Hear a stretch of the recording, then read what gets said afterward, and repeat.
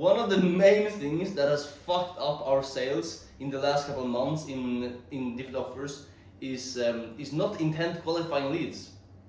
I know it sounds like something that you just by nature do, but you sometimes in specific industries you assume that people are interested in what the fuck you're doing. For example, in real estate, you assume people want to do your specific way of real estate. That they want to do this thing and not fucking flipping or fucking developments. They want to do your thing, you know? And if you don't intent qualify basically all leads when they talk to a seller or something like that, then even after they watch a webinar for 2 hours, they might still want to pursue something else. Like we had a real estate client and half the people wanted to just fucking partner up with the guy. Not even get into the mentorship. Because there was no intent qualification. So I think that's super important. That's one of the many things in the sales process that can fuck up. Because in the sales process, if you have one thing that's not completely dialed in, then the whole sales process will just fall apart. Like the way we structure our sales process is specifically for webinars. People book a call from a webinar. They get pushed a thank you page with a video where it pre-frames them on everything that will happen. They will get a call by a setter. They will do a triage call with the intent qualify, financial qualify, and just get to know the lead, get to know any like if there is any surface level objections that they can pre-handle or just pre-frame the closer on, so the closer knows what to say in the discovery and can kind of tailor it to the lead. Also, so we can send them sales assets later to actually pre-handle those things before the closer even talks to them. And then, after the setter has talked to them, we push them into a WhatsApp group. And what we do in the WhatsApp group is the setter sends like video notes, basically introducing himself, and then I was the guy you talked to. Here's the guy that you're gonna talk to on the call, and they frame the closer as someone that is really good, like the creator's right hand man, the man behind the creator, something like that, like or the client success manager for larger offers. And what that does is that builds respect for the closer. So like even before the sales call, they get excited to talk to the person. And if they want to be on the call and think that being on the call is like a privileged thing, then everyone will fucking show up. Like we had 96% show rate on a cold webinar when we did this. And then the closing call is pretty straightforward. The closer does his thing. And then after that, if they don't close, we follow up every day for a month in the WhatsApp group, and also call them and do some incentives and stuff. And this sales process is pretty straightforward. It's pretty simple, but it falls apart if not like. And this is pretty similar to what most people are doing as well. There's like some people don't do WhatsApp groups, some people don't do triage calls, but they follow something like this. But one thing that I see that they don't do is they don't have consistent like training for the salespeople. They don't have a scheduled out sales training with closers, with sellers, where they do call reviews, do mock calls. They go over new sales assets, how to pre-frame, new ways for them to think, new ways for them to perceive leads. I don't see that being done on a lot of offers.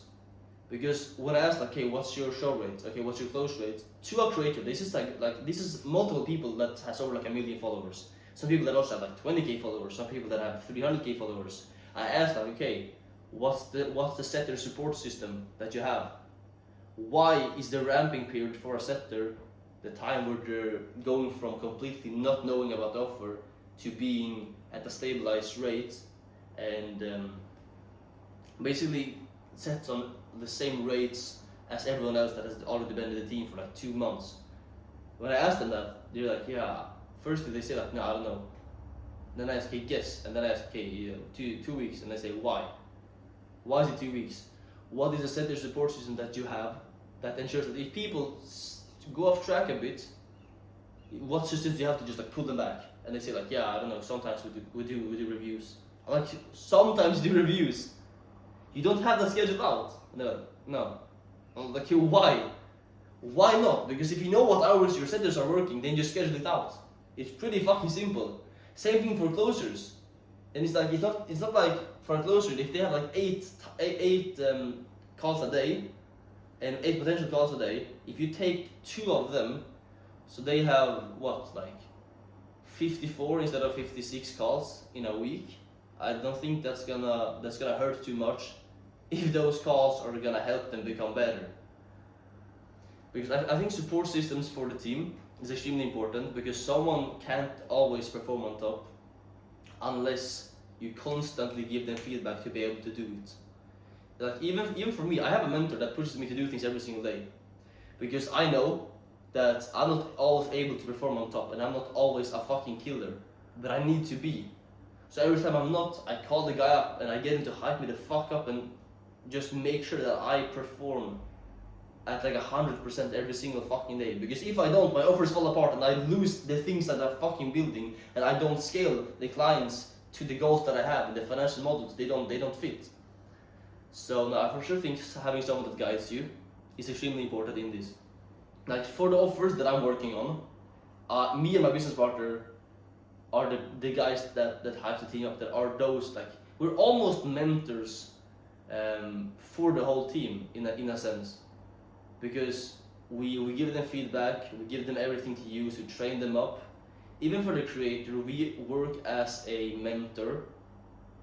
Even though we build like all the shit, like the creator has to listen to us on how much content to record, on what to say.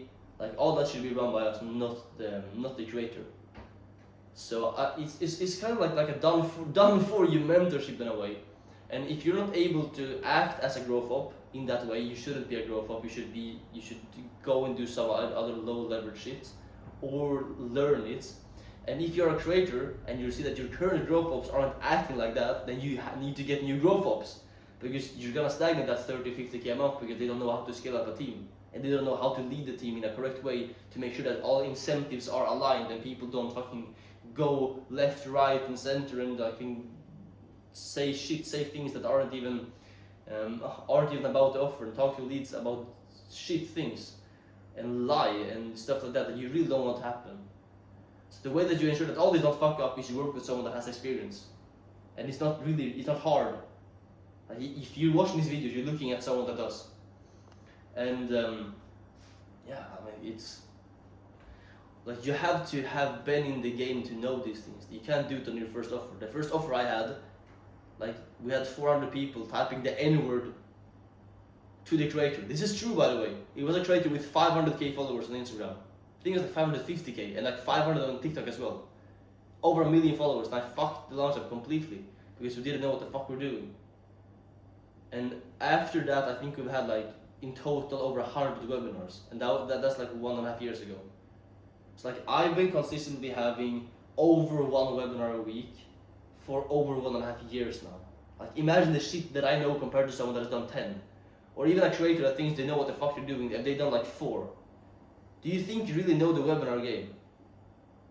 Because there's so many metrics that play in that you don't even think about. Like, for example, this team leadership. How do you make sure that the center support systems are aligned, the ramping periods are good, the average, the sales cycle for the leads don't get too long, don't get too short, so you decrease close rate? How do you do that?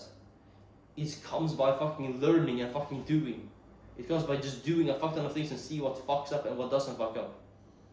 And if you always push head first into that and is willing to learn, then eventually you're gonna be able to do it. That's why I've scaled 3 people this year to over 100k per month, and I'm currently in the process of scaling my 4th client. He's currently at 50k per month, and it's been around like 2 weeks with that guy.